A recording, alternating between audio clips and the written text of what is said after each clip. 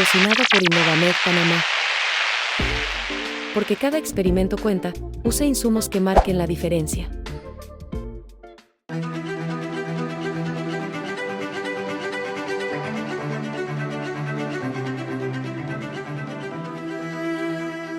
Buenos días a todos y todas. Agradecida por la invitación. Esta mañana pues les voy a hablar de un caso clínico detectado en el Hospital de Especialidades Pediátricas, hoy día Hospital Pediátrico de Alta Complejidad, porque como todos saben ya nos mudamos. Y vengo a hablarle un poquito de Histoplasma capsulatum, una revisión que he hecho gracias a la invitación de Juan, ¿verdad?, a dar esta conferencia.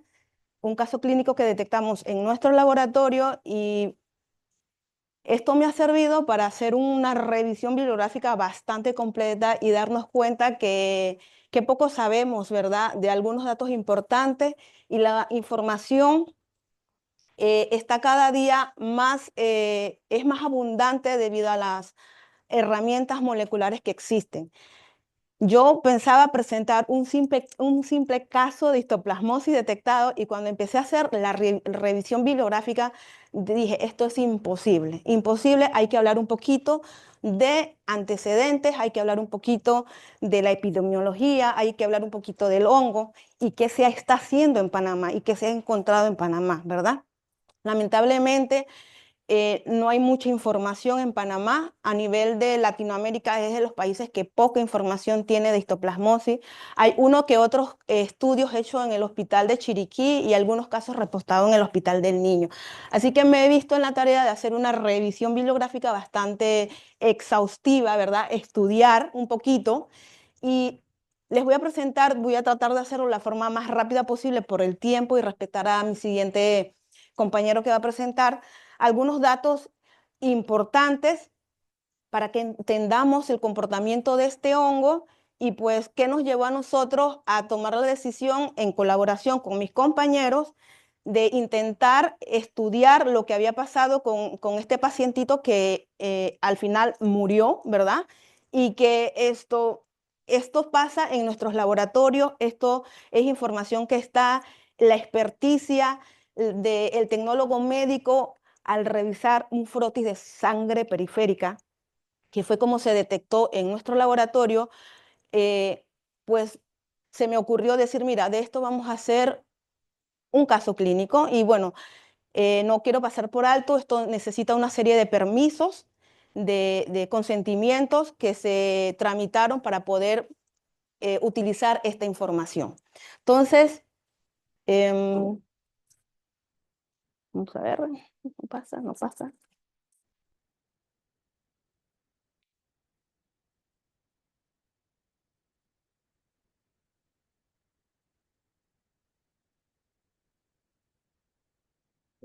El láser parece que no pasa. Entonces pasas aquí con esto. Ah, ok, con esto no pasa. No, mira. Ok, paso aquí. Ahí está. Sí, ahora sí, listo. Bien. Ok, varios puntos que vamos a revisar, ¿verdad? Vamos a hablar un poquito de los antecedentes generales y algo de epidemiología, que no está de más, algo de la fisiopatología de la infección, cómo se desarrolla, algunas características generales del hongo, qué tenemos en Panamá, los antecedentes de Panamá con respecto a histoplasma y los casos que hay en pediatría. Y vamos entonces a hacer la descripción de nuestros casos clínicos, de los datos que tenemos de laboratorio y algunas conclusiones importantes que hemos sacado a raíz de esta revisión. Entonces, para hablarles un poquito de histoplasmosis o los antecedentes, es una micosis endémica causada por Histoplasma capsulatum, es sistémica, oportunista, frecuente en pacientes inmunocomprometidos. Y debido a esto se puede desarrollar una histoplasmosis aguda, una severa o una diseminada. Tenemos principalmente micosis respiratorias más frecuentes y es prevalente en zonas tropicales de América, principalmente en Centroamérica y el Caribe. existen aproximadamente 40 millones de enfermos distribuidos mundialmente y se calcula que existen anualmente 200.000 casos nuevos que no son reportados, ¿verdad? Que quedan allí en el anonimato. Su incidencia real es desconocida porque no es una enfermedad de reporte obligatorio. Entonces, esto nos complica un poquito más la situación. La forma diseminada en pediatría conlleva a alta mortalidad y ahora vamos a ver algunos datos importantes de un estudio que se hizo en Chiriquí y el nivel de mortalidad en pediatría, qué tan alto es. Se produce en huéspedes con compromiso de la inmunidad celular. Por eso que en pediatría, como los niños no tienen esta inmunidad celular desarrollada, es fatal. Algunos datos epidemiológicos. Tenemos que en este estudio, que es de 1949 al 2009, ¿verdad? Se presentan algunos datos, un estudio que se publicó en el 2017, presentan la prevalencia. Este estudio es hecho de afuera, por otros países, donde involucran datos de Panamá y miran la alta incidencia y prevalencia de histoplasmosis en Panamá en comparación con otros países. Sin embargo, este mapita que está acá es el más actualizado, es una publicación del 2020 donde presentan los datos más actuales y se ven cómo están los diferentes continentes involucrados en casos de histoplasmosis y el impacto que ha tenido lo que es el calentamiento y el cambio climático en la distribución de histoplasmosis a nivel mundial. Algunas generalidades del hongo, ¿verdad? Género histoplasma, tenemos varias especies. Esa especiación ha sido reclasificada y vamos a ver cómo ha sido reclasificada. Lo conocemos como un hongo dimórfico. Crece la fase levaduriforme a 37 grados y una fase micelial. Esto es el frotis de sangre periférica, ¿verdad? Donde vemos la fase levaduriforme y luego tenemos la fase micelial de cultivo. Y bueno, tenemos lo que se conoce los microconidios, que es la infectante, la que respiramos y puede crecer en agar VHI. Existen múltiples medios enriquecidos donde podemos obtener el crecimiento de este hongo y lo que vamos a observar son colonias redondas mucoides, colonias crema, con pequeñas blastosporas ovales y esféricas.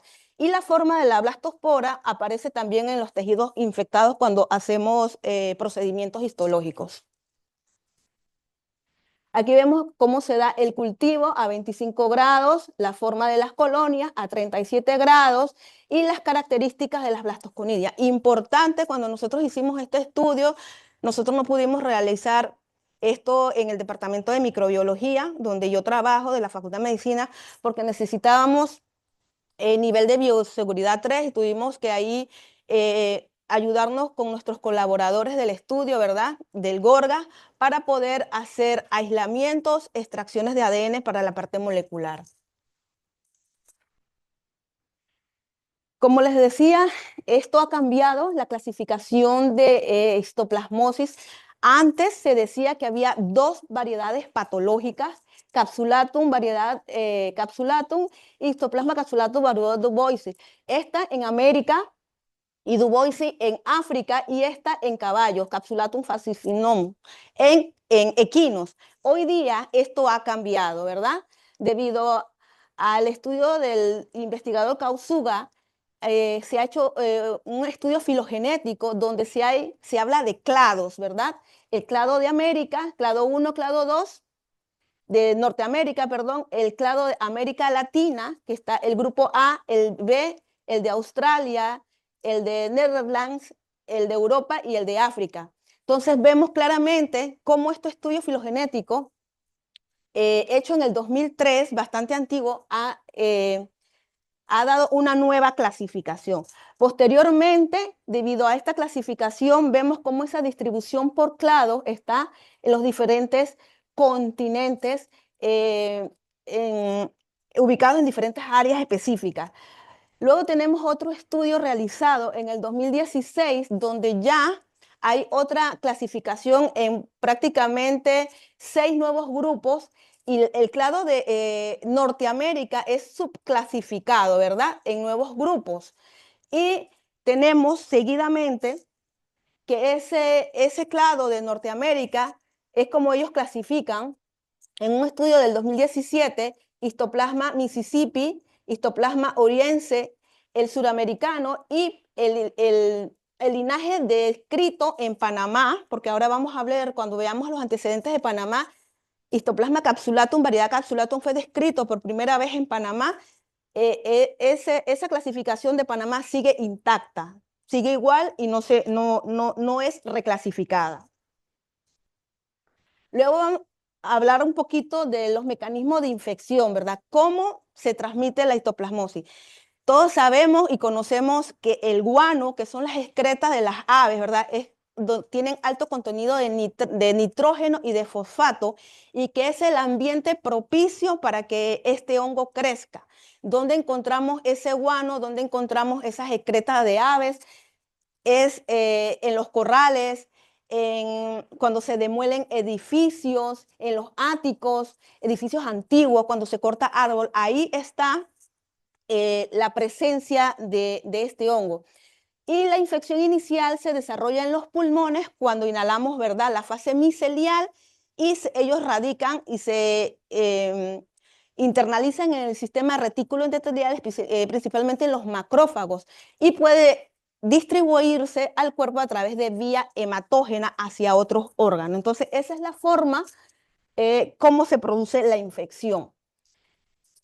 En pediatría, que es la revisión que yo estuve haciendo, esta es más o menos la presentación clásica de la sintomatología. Fiebre, malestar general, anorexia, puede producir neumonía o una aparente neumonía. Aparece esplenomegalia y se presenta específicamente anomalías hematológicas. Y en el caso clínico que nosotros vamos a describir, se observa enseguida, desde el momento cero, donde el paciente es atendido en el Hospital Regional de Chepo hasta cuando llega al Hospital de Especialidades Pediátricas. Entonces, tenemos una pancitopenia porque hay afección tanto de la serie blanca, roja y plaquetas. Hay tres presentaciones: histoplasmosis primaria aguda, la cavitaria o pulmonar y la histoplasmosis diseminada, que esta se observa en pacientes inmunocomprometidos, en pacientes HIV, en pacientes con tuberculosis o que tienen otra enfermedad de fondo. Factores de riesgo: exposición prolongada e intensa, el inóculo. Estuve revisando un caso clínico de República Dominicana donde 35 jóvenes estuvieron, creo que era limpiando unos túneles, y en el caso clínico decían que estaban en guano hasta la rodilla. A los 35 les dio histoplasmosis, 6 murieron, ¿verdad? Entonces, esas personas sin protección de ningún tipo estuvieron sometidos quién sabe cuántos días respirando, ¿verdad?, ese hongo, y no hubo manera de que ninguno que saliera librado, ¿verdad? Todos fueron contaminados. Entonces, la importancia del inóculo, las personas que trabajan en avícolas, las personas que trabajan en constante exposición a excretas, las personas que trabajan, qué sé yo, en cuevas, en cavernas, siempre van a estar expuestas y son los blancos número 1. La edad mayor de 55 años, la infancia debido a el sistema inmunológico, inmunidad mediada por células T comprometidas, como les mencioné, pacientes HIV, pacientes que tienen trasplante de órganos y que son sometidos a alguna terapia de inmunosupresores, ¿verdad? Y obviamente, como les mencioné, también pacientes con tuberculosis. Otras enfermedades concomitantes en las que podemos encontrar esta histoplasmosis: criptococosis, leishmaniasis, que ya aquí el doctor nos va a hablar un poquito también de leishmaniasis, tuberculosis, candidiasis y obviamente HIV. El tratamiento de elección, 10 minutos. El tratamiento de elección es anfotericina B y itraconazol, y bueno, en el caso de otras enfermedades concomitantes como el HIV, tiene que utilizarse los antirretrovirales. En este estudio que está aquí, habla de por qué la histoplasmosis es un problema en América Latina. Pues con la pandemia del HIV esto incrementó muchísimo, ¿verdad? Aumentaron los casos de histoplasmosis simultáneamente a la medida que empezaron a presentarse los casos de HIV. Y en este estudio se presenta la incidencia, ¿verdad?, de diferentes países, y aquí tenemos Panamá, ¿verdad?, con una publicación de Gutiérrez de los números de casos reportados en Panamá. 104 casos de histoplasmosis. El diagnóstico. Aquí está un poco lo complicado del diagnóstico en nuestros laboratorios más que todo. Pero, ¿qué dice la literatura? Que la clínica va de la mano con la epidemiología. ¿Por qué la clínica? Si nosotros tenemos un buen examen clínico, nosotros podemos disminuir esos 2 meses lamentables que describe la literatura, que es en donde se hace un diagnóstico de histoplasmosis. 2 meses. En el caso de nosotros, lamentablemente, fue más, ¿verdad? Pero la literatura describe que entre que el paciente presenta los primeros síntomas hasta que se hace el diagnóstico pasan 2 meses, y eso es muy lamentable. Entonces, es muy importante una buena clínica, los exámenes de laboratorio, tener los recursos de laboratorio y, bueno, conocer un poquito de la epidemiología y saber un poquito cómo anda la epidemiología de la gente. Entonces, la clínica del paciente, el examen histopatológico se considera uno de los gold estándar para observar por tinción. El cultivo a laboratorios puede llegar cualquier tipo de muestra. Se puede cultivar sangre, médula ósea, muestra respiratoria, biopsia de lesión, líquido cefalorraquídeo. En nuestro caso, para el cultivo nosotros utilizamos sangre. Se puede hacer estudio de antígenos en orina, radiografía, diagnóstico diferencial y biología molecular. Vamos avanzando que se me quedó sin tiempo. Y bueno, esta imagen simplemente para dar un pantallazo de todo lo que se puede hacer y cómo han avanzado las herramientas en el diagnóstico desde el directo, histopatología, los cultivos, que es el gold standard, ¿verdad? Los cultivos, las muestras, los test inmunológicos y las técnicas moleculares. Y bueno, esto también esta diapositiva la puse que hoy día hemos avanzado 36 años de evolución en el estudio de la histoplasmosis hasta llegar donde parecía imposible tener hasta pruebas rápidas de histoplasmosis. ¿Qué tenemos aquí en Panamá? La histoplasmosis llegó a Panamá con la construcción del canal y los primeros estudios lo hacen Darling y se habla de un paciente de Martinica. O sea que yo tengo mis dudas de que esa histoplasmosis es autóctona. Para mí, en mi hipótesis, ¿verdad?, de investigadora, esa histoplasmosis vino de afuera. Y bueno, aquí habla un poquito de dónde era el paciente, trabajaba en la zona, fue al hospital de Ancón, donde la persona se sentía mal y se hizo los primeros análisis y los primeros estudios. Luego tenemos antecedentes histoplasmosis. Este es un estudio de 8 casos en el materno infantil del Domingo Baldía de Chiriquí. 8 casos en una revisión desde el 2008 hasta el 18. Niños menores de 2 años. La principal característica que presentaron, como les mencioné, fueron las anomalías hematológicas. El diagnóstico se hizo a través de técnicas histopatológicas. La muestra utilizada fue médula ósea. El tratamiento fue anfotericina B y itraconazol. Y esto era lo que les decía. En este estudio la letalidad fue del 75%. 6 de los 8 pacientes murieron, ¿verdad? Y eran menor de 2 años por una infección diseminada. Entonces, llegamos a nuestro caso clínico. Nuestro caso clínico es una pacientita procedente de Chepo, ¿verdad? Femenino procedente de Chepo, ingresa al cuarto de urgencia del hospital de Chepo, donde se realiza hemograma, leucocitos, hemoglobina de 8 y plaquetas 200.000. Aquí el rasgo más importante era que la hemoglobina estaba baja.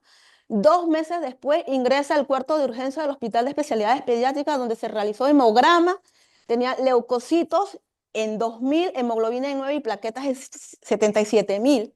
Y un mes después regresa, un mes después, ya vamos viendo cuánto tiempo ha pasado desde que se atendió por primera vez en Chepo hasta que lo recibimos nosotros en especialidades pediátricas.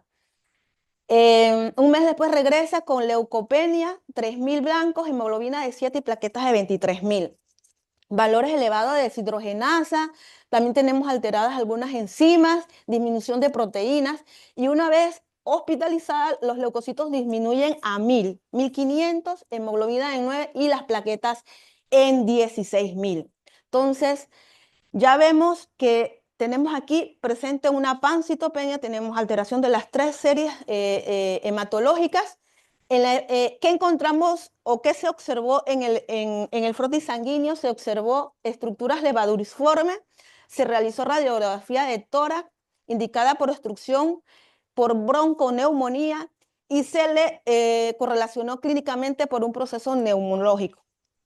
Finalmente, la paciente falleció. Pasaron prácticamente, la paciente murió en marzo del año pasado.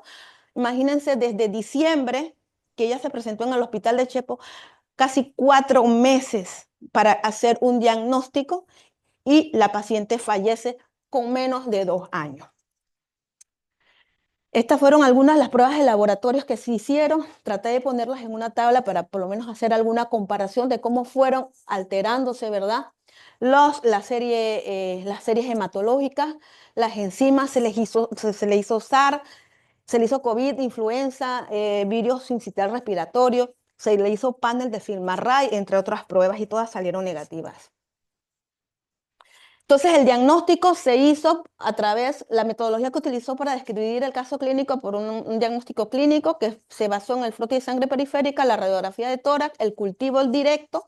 Esto se hizo en la Facultad de Medicina, en el Departamento de Microbiología, y en colaboración con los colegas del Gorgas se hizo la PCR y la secuenciación. Bueno, esto es más de la metodología. Este es el frotis de sangre periférico, ¿verdad? Esto fue lo que nosotros encontramos en el hospital pediátrico, montones de fase levaduriforme, y esto llamó mucho la atención. Estas imágenes las tomamos allí mismo y nos llevamos la muestra de sangre a la universidad, donde hicimos más fotos para la futura publicación que estamos preparando. Estas son las imágenes de la radiografía de tórax, donde se ve la posible, o lo que ellos describían como una neumonía. Y luego están los cultivos que se hicieron en el departamento, el aspecto macroscópico de Histoplasma capsulatum, se creció en el medio de micocel, y bueno, nosotros pudimos obtener allí la fase micelial para poder obtener estas estructuras, que es la que describe la literatura, ¿verdad? Con las formas de margarita y las macrocodinas tuberculadas. Esta es la PCR que se hizo para amplificar y luego llevar en colaboración con el doctor Martínez del Gorgas, llevar a la secuenciación. Y dije al inicio, el título aparece resultados preliminares, porque la semana pasada se hizo la secuenciación y estamos a la espera del análisis bioinformática, ¿verdad? Se hizo la extracción del ADN, se hizo el ensamblaje híbrido del producto de la secuenciación. Se obtuvo resultados preliminares que indican la recuperación de un 62% del genoma. Y bueno, se utilizó la plataforma de Illumina en conjunto con la plataforma de Oxford Nanopore. Y estamos esperando esta semana los análisis informáticos para ver si ya podemos empezar a armar la publicación. Conclusiones. La histoplasmosis sigue siendo un problema mundial en las áreas de exposición potencial. El inóculo es potencial y pues gracias a esto se sigue expandiendo. Está infradiagnosticada, lamentablemente, como no es una enfermedad de diagnóstico rutinario ni de obligatorio, está infradiagnosticada. Y no existen tampoco, no tenemos acceso a muchas pruebas diagnósticas disponibles y de conocimiento por parte de los médicos y en los laboratorios. En cuanto a nuestro caso clínico, reportamos el caso de una niña de 1 año inmunocomprometida. La niña tenía, revisando la historia clínica, tenía desnutrición, entre otras complicaciones dadas a la condición de pobreza donde vivía. Tenía con una histoplasmosis diseminada, alteraciones hematológicas muy comunes. La fiebre fue el principal síntoma reportado en nuestro caso clínico, y el diagnóstico definitivo se establece cuando el hongo es aislado en cultivo a temperatura tanto de 28 grados como de 37. Y bueno, por ser un hongo dimórfico se logra ver ambas fases.